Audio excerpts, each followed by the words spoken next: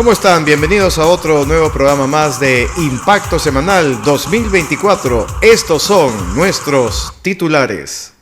En esta edición, entrevistamos en el Hotel Bolívar de la ciudad de Lima a Luis Antonio Mateo, científico peruano que gracias a las matemáticas descubrió algo nuevo al respecto del COVID. También Jorge Gallegos invita a sumar esfuerzos para hacer crecer a la nación peruana en temas relativos a la industria mediante la ventajosa alianza entre naciones llamada APEC, que como se recordará, el Perú firmó en Yokohama en 2010. Esto y más ahora mismo en Impacto Semanal, su noticiero nacional y prensa oficial peruana en Japón. Bueno, luego después de los titulares vamos a pasar al desarrollo de la información. No sin antes mencionarles que al final de este noticiero vamos a tener un breve diálogo con ustedes en donde les vamos a explicar un poco sobre lo que hemos venido haciendo y lo que seguimos, en lo que seguimos enfocados. Vamos con la primera nota con el doctor Mateo, el cual es un científico peruano muy destacado que en la época del COVID intentó darle solución desde su propia óptica a esta situación complicada. Y él hizo una convocatoria, claro está, internacional. Ustedes van a poder observar en un momento más a qué nos referimos. Adelante con este informe.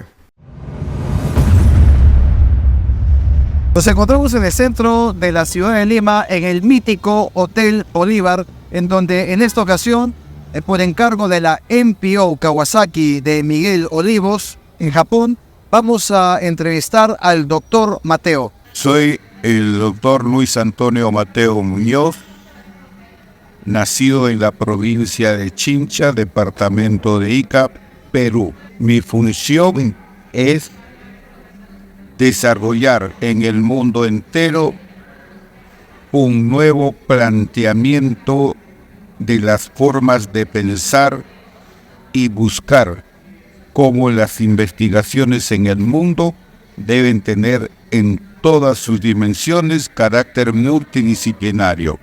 Es tiempo de dejar la investigación en forma de 3, 4 o 5 variables, sino tenemos que entrar a la complejidad de las variables que intervienen en un hecho a investigar. ¿Qué países están trabajando actualmente unidos a esta intención que usted tiene? El Colegio de Investigación y Docencia, que fue fundado en plena pandemia el 19 de agosto de 2020, tiene ramificaciones en el mundo entero. Y seguimos creciendo. Tenemos filiales. Tenemos una filial en la India, tenemos una filial en Japón, tenemos una filial en España, tenemos filial en Egipto, tenemos filial en América, en Estados Unidos, en México, en Argentina, Colombia, Chile y Perú. Nos hemos empezado a hacer un trabajo más intenso y ahora estamos trabajando por crear filiales en las diversas regiones del Perú. Tenemos filiales en Trujillo, filiales en Chiclayo, filial en Cajamarca, filial en Tarapoto, filial en Puno, filial en Arequipa, filial en Lima, filial en Amazonas, ahora próximamente filial en Tacna. Y así seguimos creciendo. Si bien es cierto, la época del COVID, algunos se dedicaron básicamente a lamentarse, ¿no? Como quien dice, a llorar por tanta puerta cerrada que provocó el COVID. En este caso, hay personas que le han sacado provecho, ¿no? Algunos, por ejemplo, como usted, en lugar de llorar, se dedicó más bien a fabricar pañuelos durante la época del COVID. Es decir, aprovechó el COVID para darle los pañuelos a aquellos que se dediquen a llorar. ¿Cómo fue el pañuelo que usted creó en la época del COVID? ¿Se entiende la comparativa? Exactamente. Lo que hicimos fue que ante tanta pasividad de parte de todos los profesionales del Perú y quizás también del mundo, era necesario repensar las formas de conocer los hechos con más profundidad. Sin embargo, las herramientas que teníamos como profesionales eran herramientas basadas en 2-3 variables que no alcanzaban para poder tener un conocimiento profundo de la realidad. Mi primer lema fue conocer profundamente la realidad para poder establecer una nueva forma de hacer docencia y empezar a dar luces a la humanidad. Este hecho nos llevó a convocar a muchos países a tratar de pensar cómo buscar soluciones al problema del COVID. Y las soluciones que encontramos fue cómo reunir a muchas personalidades del mundo a tratar este tema central del COVID y cómo empezar a dar luces a la humanidad a partir de la investigación científica y el desarrollo de grandes proyectos que permitan la posibilidad de una vida digna, libre, justa para toda la humanidad y principalmente para la nación peruana. ¿Cómo es que surge esto a partir del tiempo libre que tenía durante este proceso del COVID? Los primeros días que estuvimos encerrados sirvió para dedicarme a leer, a estudiar, pero ya llegó el momento en que dije, bueno, y después y aquí encerrado, ¿en qué momento voy a compartir mis preocupaciones y mi interés de solucionar este problema del COVID? Es así como convoco a muchos profesionales a meternos de lleno a estudiar este fenómeno y buscarle soluciones. No era posible que estemos totalmente pasivos, habiendo miles y miles de profesionales formados acá en el Perú. Sin embargo, ninguno nos dedicamos a mirar la naturaleza de este problema. Es así como convoqué, no tanto a los peruanos, sino convoqué a nivel del mundo a reflexionar sobre las formas de conocer la realidad para buscar solución. Y era urgente que busquemos una solución ante tanto dolor que se venía produciendo. ¿Se encontró permanente en el COVID? ¿Se encontró alguna solución en ese sentido?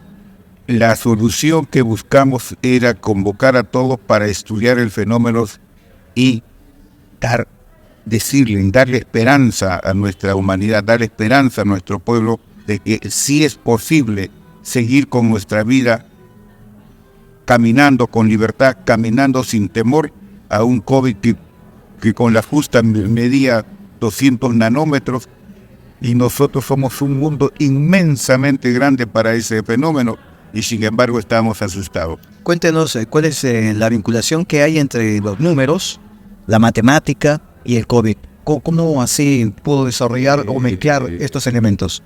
Claro, había que desarrollar las relaciones que existen entre el elemento COVID con la naturaleza.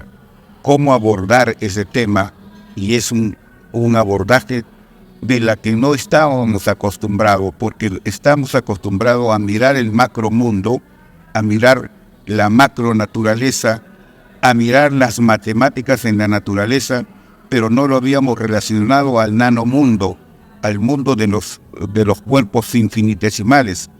Cuando empezamos a mirar empezamos a cuestionar y empezamos ya a analizar ese mundo infinitesimal, es cuando nosotros reaccionamos. Hay un infinitésimo que nos tiene asustados a toda una humanidad. ¿Cuáles fueron las conclusiones a las que llegaron? Luego de todo este fenómeno, ¿qué hacer? Vamos a intercambiar toda la sabiduría que existe en el mundo, y la sabiduría está en cada uno de nosotros, en cada uno de los pueblos, en cada nación. Cuando nos empezamos a relacionar con los 5 continentes, empezamos a convocar los grandes congresos internacionales, intercontinentales y mundiales. Ya buscamos ya la forma de poder entender lo que era la relación entre el mundo infinitesimal y el macromundo, y ahora más con el mundo de la física cuántica, que nos lleva a otro mundo, que es el mundo cuántico. Hoy tenemos que tener presente que existe un macromundo, un nanomundo y también un mundo cuántico. Y es el mundo cuántico que, a partir de los conocimientos que se tiene sobre ello, se ha estructurado una nueva tecnología, que es la que usamos y como la que estamos usando en estos momentos, como son los celulares, que es una aplicación del mundo cuántico. Finalmente, doctor Mateo, ¿qué fue lo que se descubrió? ¿En breves palabras lo puede resumir? Sí, se descubrió lo siguiente. Primer punto, mirar e investigar profundamente la naturaleza de los hechos. Pero estudiar profundamente en su totalidad implica estudiarlo desde las diversas disciplinas, de todos los enfoques disciplinarios, estudiar ese hecho. Es así como dijimos, necesitamos ampliar todo lo que se conoce sobre la investigación multidisciplinaria y darle más fuerza, porque a partir de la fuerza que le demos a la investigación multidisciplinaria, podemos conocer mejor los hechos, y estos nuevos conocimientos, producto de la investigación sobre la totalidad, nos va a permitir crear una nueva docencia, y ya no la docencia repetidora que venimos repitiendo las cosas que ya existen. Pero tenemos que actuar ahora no solamente con repetir lo existente, sino también buscando los fenómenos disruptivos para ir avanzando e ir poniendo a la investigación científica en las nuevas dimensiones, como son las dimensiones que nos muestra el macromundo, el nanomundo y el mundo cuántico. Matemáticamente, entonces, ¿qué es el COVID? El COVID es un elemento infinitesimal, es un elemento que vive en el mundo de los infinitesimos. Y ese mundo infinitésimo, que es el mundo de las vibraciones, es el mundo que nos está gobernando y que también gobierna nuestro pensamiento. Nuestra mente es una mente cuántica, y ahora es su obligación entrar al desarrollo del mundo cuántico, al conocimiento más profundo, para poder darnos luces a nosotros mismos y luces a la humanidad, para que así podamos reconquistar nuestra propia sobriedad, nuestra propia conciencia, nuestra propia libertad. ¿El Perú y el mundo trataron al COVID matemáticamente como correspondía, o qué pasó con el tratamiento respecto del COVID? ¿Cómo tendría que haber sido tratado matemáticamente? Las matemáticas son relaciones, y toda la naturaleza es un mundo de conectividad, es un mundo de relaciones. El COVID es un elemento, pero es un elemento que está dentro del mundo de las relaciones de todos los mundos. Y ese punto que se relaciona con todo, que daba origen a estas enfermedades y a estas muertes masivas, nos llevó a decir: muy bien, nos hemos olvidado de la matemática. La matemática es un mundo de relaciones, y las matemáticas es el lenguaje de la naturaleza. La naturaleza nosotros la podemos describir matemáticamente, y si la podemos describir matemáticamente, podemos ubicar matemáticamente ese punto que nos da origen a los grandes temores y que está produciendo una psicosis, y seguimos con los problemas de carácter de la complejidad dinámica, en el sentido de que lo que fue ayer y que entró a nuestro cuerpo aún sigue latiendo en nuestro cuerpo y nos está trayendo una serie de fenómenos que aún desconocemos. Para ir finalizando, entonces podemos entender de que al haber sido tratado el COVID no desde el punto de vista matemático, sino como una enfermedad más, pudo haber sido tratado mal, y mucha gente, por falta de matemática en el asunto, se fue de este mundo. Mire, es la relación matemática, es ubicando al punto que es la parte de inflexión y que produce todos estos efectos, es por ausencia de un pensamiento matemático. Pero a la vez el pensamiento matemático es un pensamiento de la naturaleza. La naturaleza es parte, la naturaleza es toda una totalidad, pero es una totalidad debidamente conectada. No hay nada desconectado en la naturaleza. Y ese elemento, COVID, es un elemento que se conectó a toda la red del mundo, y por eso que nos ha mantenido totalmente asustados y nos está produciendo una seria psicosis mundial. Muchísimas gracias, doctor Mateo. ¿Algo que quiera decir adicionalmente como para resumir un poco todo lo que ha dicho en esta entrevista en breves palabras? Todo este fenómeno nos llevó pues a crear dos instituciones, el Colegio de Investigación y Docencia del Perú, cuyos objetivos es generar en la niñez desarrollar el espíritu científico en la niñez, luego desarrollar en la cultura nacional una cultura de la ciencia, una cultura investigativa, imaginativa, creativa. Y tercero, es generar en el sistema universitario la idea central de que la formación científica de los profesionales de las universidades debe tener como eje central la investigación científica multidisciplinaria, inter y transdisciplinaria. Asimismo, lo que se quiere actualmente con la investigación científica es abrazar fuertemente la libertad, la investigación y la sabiduría, una sabiduría que nos lleve a una dignificación humana. Actualmente también hemos creado la Universidad de la Experiencia y el Saber Universal, con el que estamos convocando a todos los profesionales del mundo a tener cátedras mundiales libres. Tenemos que llegar nuestras luces, nuestras ideas, nuestros conocimientos, el cómo abordar los problemas diarios, tenemos que llevarlo al mundo entero, porque cada ser humano tiene el derecho de estar informado y el derecho a pensar y a tomar decisiones, pero decisiones conscientes, decisiones que cada día vaya hacia la humanización del ser humano.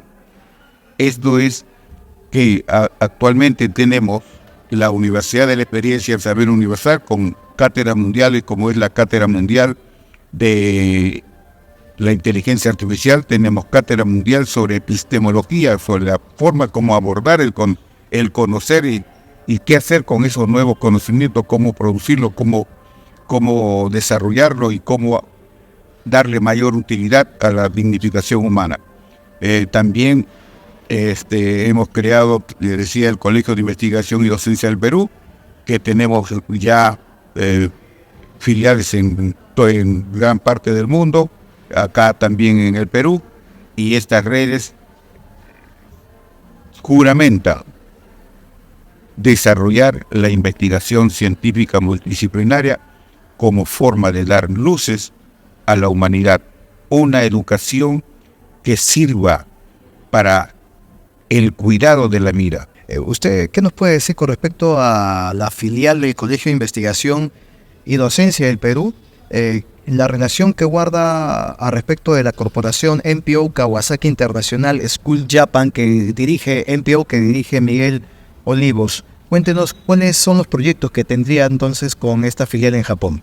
Miguel Ángel, desde ya mis saludos al doctor Miguel Ángel, con quien estuvimos en México gozando de un gran congreso mundial sobre qué hacer con los pueblos originarios. Tenemos esta filial allá en Kawasaki y es nuestro representante, y el año pasado se hizo una actividad muy buena que fue Cumbre de la Educación del Mundo allá en Japón. ¿Qué proyectos entonces habría? Este año hay otro proyecto de hacer otra cumbre, me parece que estaban diseñando en Austria, como Kawasaki y la educación en el mundo. Nosotros tenemos una visión de compromiso y de dar más luces a la humanidad a partir de las diferentes filiales que hay en el mundo, y Japón está dando ciertas líneas de trabajo para las otras filiales que tenemos en el mundo. Y un felicito muy de veras a Miguel Ángel González Olivo por esa entereza y por esa misión de dar luces trabajo para una nueva educación que debe irse perfilando en el mundo. Sobre todo que es un peruano que está haciendo patria desde un país destacado en el mundo, ¿no es cierto? Así es, Miguel Ángel, siempre mi admiración, mi apoyo, mi grande respeto y solidaridad con todos sus actos que viene realizando, porque ello implica esa responsabilidad que tenemos con la humanidad. Muchísimas gracias, doctor Mateo, por su tiempo. Ha sido un gusto conversar con usted. Muchísimo gusto y agradezco a ustedes por esta entrevista, quizás un poco improvisada, pero por lo menos tratamos de mandar un mensaje al mundo. Luego de esta interesante nota, vamos a presentarles a todos ustedes a Jorge Gallegos. ¿Quién es él? Pues es un empresario peruano que ha sido designado para tener la presidencia ejecutiva del APEC-COP. Ustedes sabrán y recordarán tal vez que en 2010 el gobierno del Perú participó en la figura de Alan García, claro está, participó de la APEC de Yokohama en 2010, en donde entre otros dignatarios también estuvo Barack Obama, lugar a donde, claro está, Impacto Semanal se hizo presente como prensa oficial peruana en Japón. Y desde allí, pues evidentemente también, cosa aparte, tenemos esa designación.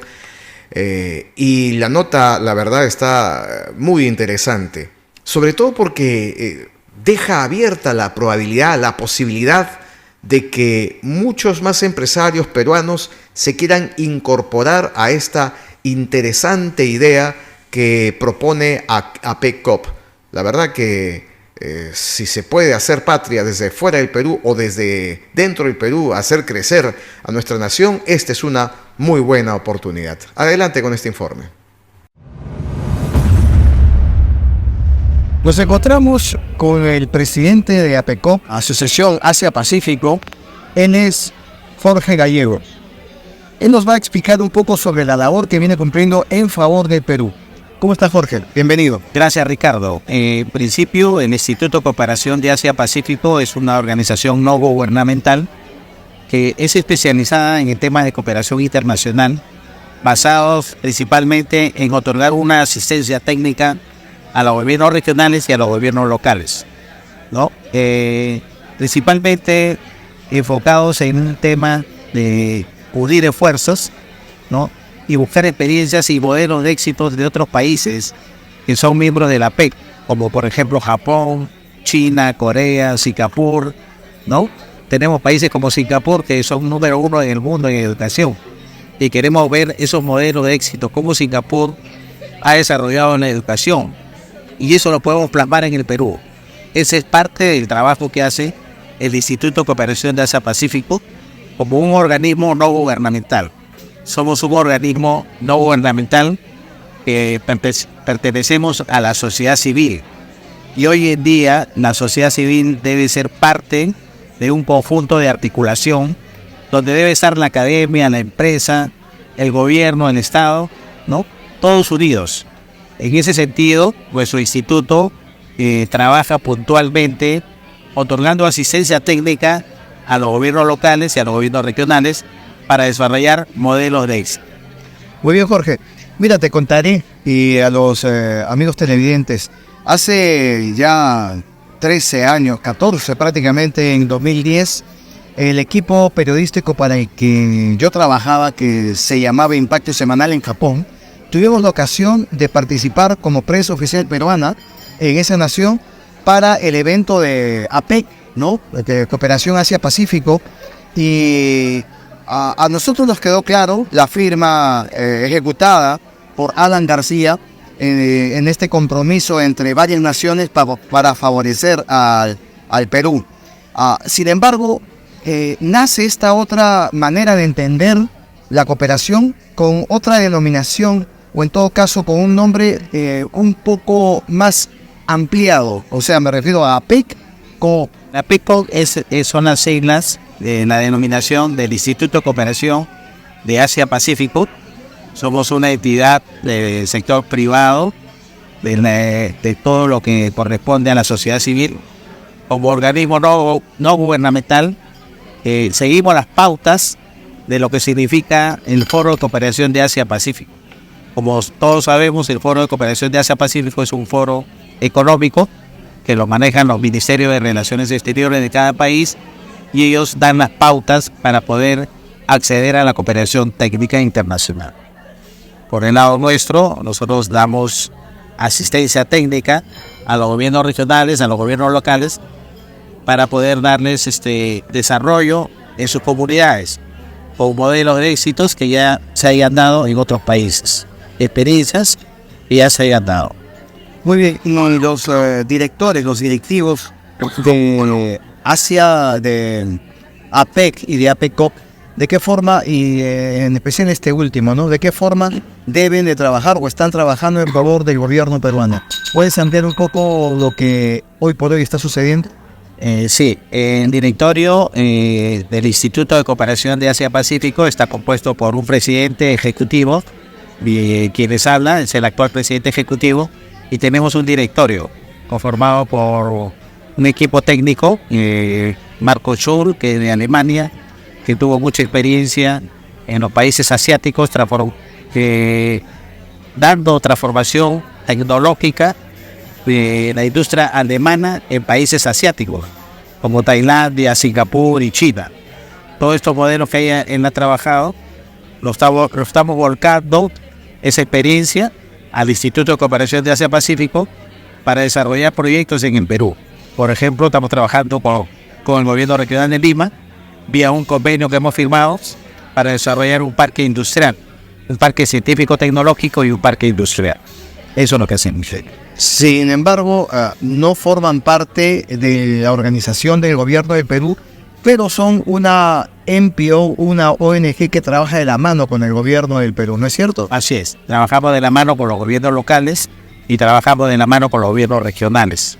¿Por qué? Porque nosotros sumamos los esfuerzos del gobierno central, nos aunamos al marco, a la normatividad que da el Ministerio de Relaciones Exteriores, el Ministerio de Comercio Exterior, el Ministerio de la Producción, entidades que enmarcan en la legislación del Perú y a la cual debemos nosotros respetar y enmarcarnos en ese sentido para plasmar el desarrollo de nuestros conocimientos, de los profesionales que conocen la tecnología, ¿no? La experiencia de gobernar un municipio, de gobernar un gobierno regional y modelos de éxitos que ya se hayan dado en otros países.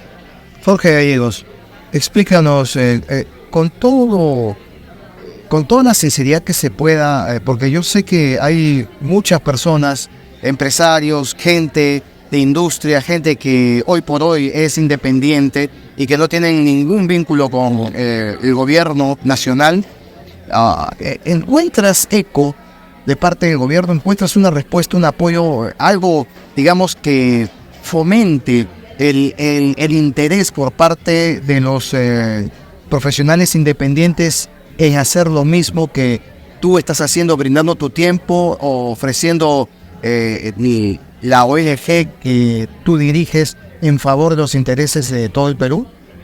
Bueno, yo creo que hay distintos grupos que, así como nosotros, plasman su modelo de éxito, sus realizaciones, sus experiencias que han sido favorables en distintos proyectos, no solamente en el desarrollo de la infraestructura, ¿no?, sino también en el desarrollo del conocimiento, de la transformación tecnológica.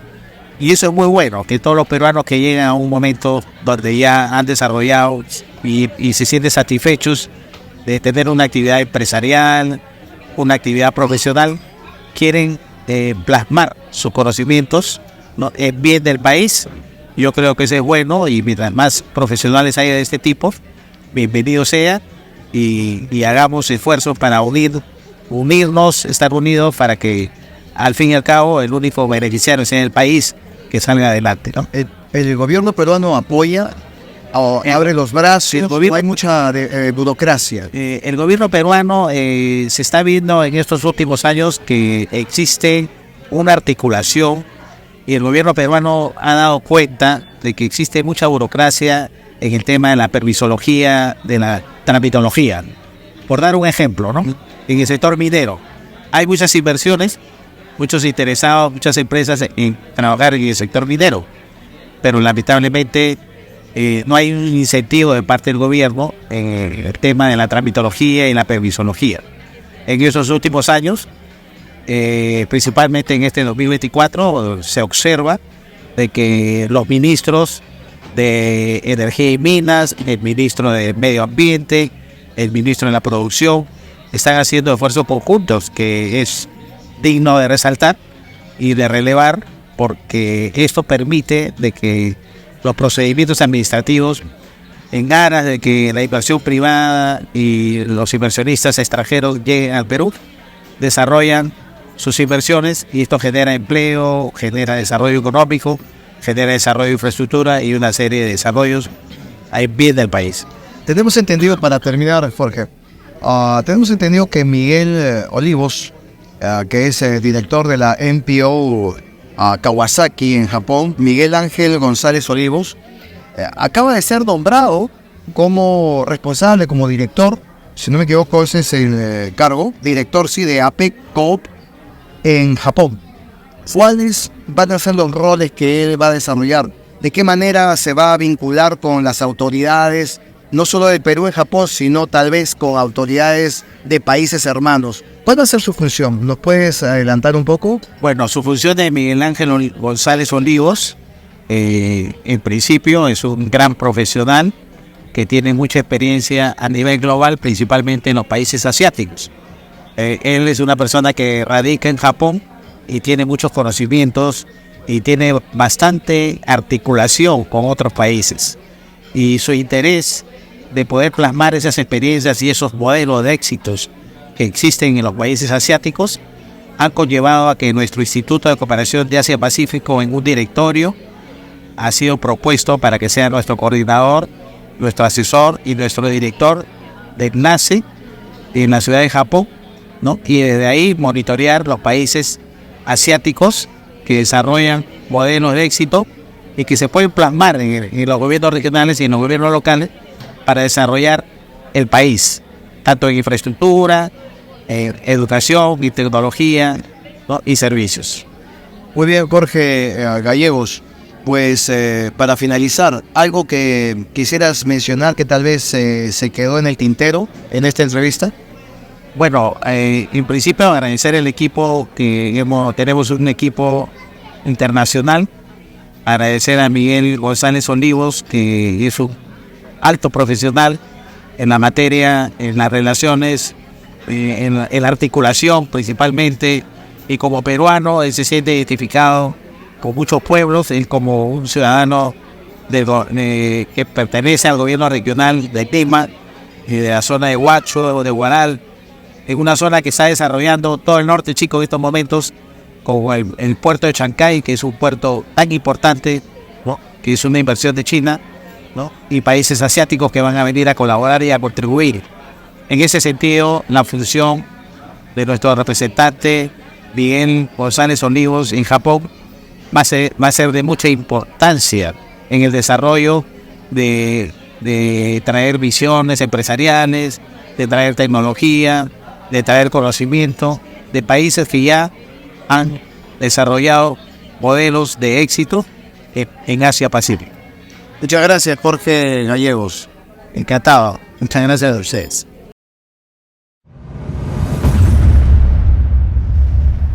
Y estos han sido los informes que hemos preparado en esta siguiente ocasión. Informes realmente interesantes en donde hemos entrevistado a dos personajes de Polendas, peruanos destacados que se encuentran evidentemente haciendo patria desde nuestro propio terruño, desde el Perú. Impacto Semanal empezó sus labores desde el 15 de enero del 2005. Ya tenemos casi prácticamente 20 años haciendo Impacto Semanal. Y esto, claro está, a lo largo del tiempo hemos tenido ciertos momentos de descanso, por decirlo de alguna manera, aunque valgan verdades, en el lugar en donde hemos estado, por donde nos hemos movido, no solamente hemos estado dentro de Japón, sino fuera del mismo, pues también hemos seguido laborando en el campo periodístico. Quizá ustedes nos han extrañado un poco, bastante o mucho, tal vez, no lo sé.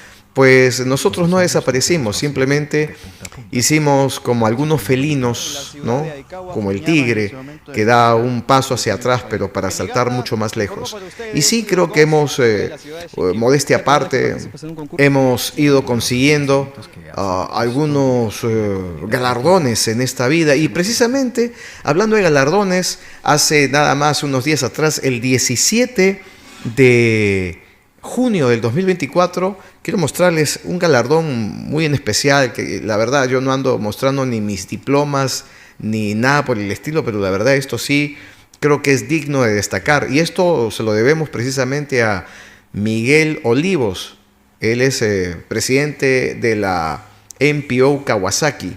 Entonces, pues desde acá también lo honro al señor Olivos por este trabajo tan especial que hizo, tratando de hacer que Impacto Semanal lograra la distinción que se necesitaba. Y en este caso, pues él, como embajador de la paz que es para la ONU, él hizo las gestiones respectivas para presentar nuestro currículum ante las entidades conectadas con la ONU, la Organización de las Naciones Unidas, y finalmente, luego de observar el currículum, el amplio y vasto currículum de Impacto Semanal, que evidentemente reposa un poco en mi propio nombre, pues fui nombrado, valga la redundancia, también embajador para la paz por la ONU.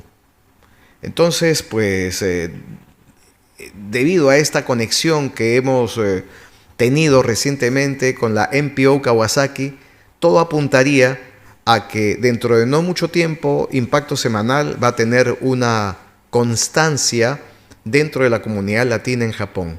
Esto gracias, reitero, a esfuerzos mancomunados entre la NPO Kawasaki de Miguel Olivos e Impacto Semanal de quien les habla.